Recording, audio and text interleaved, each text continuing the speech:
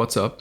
It's Luke, and Strategy and Bitcoin are having a brutal day. Strategy is down just about 18%, but this should not cause any panic, and this is actually a perfect time to buy in more. This morning, instead of announcing a buy, Saylor announced a huge $21 billion ATM program, but this time, instead of being pegged to the common stock, it is pegged to their preferred stock Strike. So this is big because a lot of people were a little afraid of the ATM and just blamed the ATM every time they saw the stock go down a few percent. But once they run out of their current $2 to $3 billion that they have left for the current 21 billion ATM, and they move over now to the new 21 plan on Strike, it means that the common stock will not get diluted, and voting rights will no longer be diluted as well. So the ATM will be a FUD of the past, and people can move on and start worrying about new things.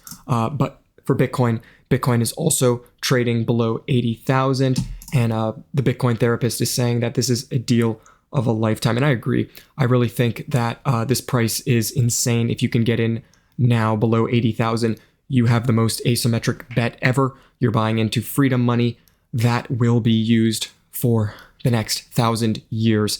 And when you really step back and stop looking at it from a perspective of just trying to trade and to think of it for what it offers, this price really doesn't make any sense right now. The United States just established a reserve, and they are blatantly telling you that they are going to sell other assets to buy more Bitcoin. And it is reasonable to think that more countries will follow. We also have bills on the state level, if you can remember.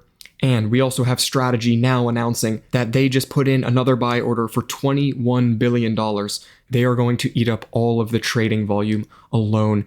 And that does not even include other companies that are looking into Bitcoin as well. So if you get in on these low prices, I think in 1 to 2 months, you will be thankful for that. But this is not financial advice again. Coinbase is now hiring 1,000 US workers, saying that Trump breathed life back into the crypto industry. So you really have to stop worrying about price and look at signal. These companies are building on Bitcoin and are hiring.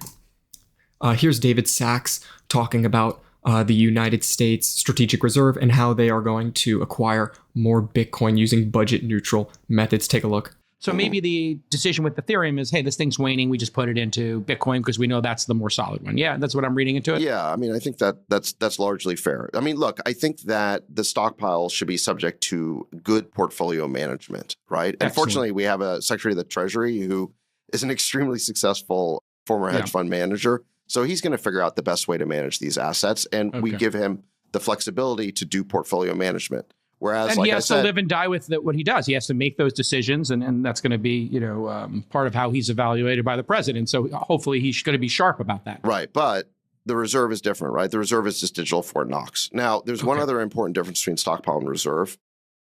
So with respect to reserve, the EO provides that the secretaries that I'm talking about, Treasury and Commerce, they're allowed to figure out strategies to accumulate more Bitcoin for the reserve if those strategies are budget neutral and don't cost the taxpayer anything, okay?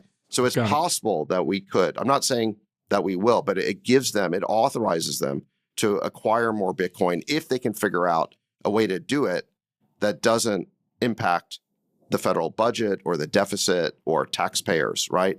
So hopefully we can start to see posts similar to Saylor's post from the United States White House saying we acquired this much Bitcoin using these methods. That would be very interesting. And tomorrow at around 8:45 a.m., the Bitcoin Policy Institute is holding a live stream discussing what comes next after the American Strategic Bitcoin Reserve was established. And I think Lummis is speaking and Saylor will be speaking there as well. Lummis commenting on this saying you're not going to want to miss it. So we will tune into this and see what happens. And if the price is really getting to you, I think you should watch this clip of the ECB talking about the launch of its digital euro, which is coming in October. Take a look. We can eventually, not put to bed, but put to reality this digital euro. The deadline for us is going to be October of 25. and we are getting ready for that deadline. But we will not be able to move unless the other parties, the stakeholders, as I call them, Commission, Council, and Parliament, actually complete the legislative process, without which we will not be able to move. And I think it is critically important, and it seems to the agnostic or the skeptics, it seems to be more relevant and more of an imperative now than ever before, both on the wholesale and on the retail level, both. A CBDC, while they might sound like they mean good, can really be used in a terrible way that takes away a lot of your sovereign individual rights of money.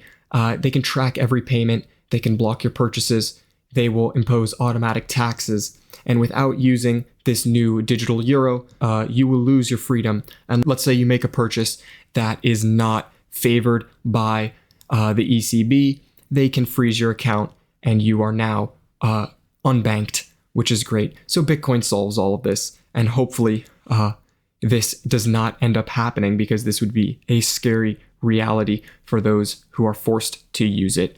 So I just want to, again, remind you that the value of Bitcoin comes from more than just its price and making a 10 to 20% gain. It represents individual freedom and individual sovereignty on a financial level. So if you want to stay up to date with news about Bitcoin and strategy, I just ask that you subscribe.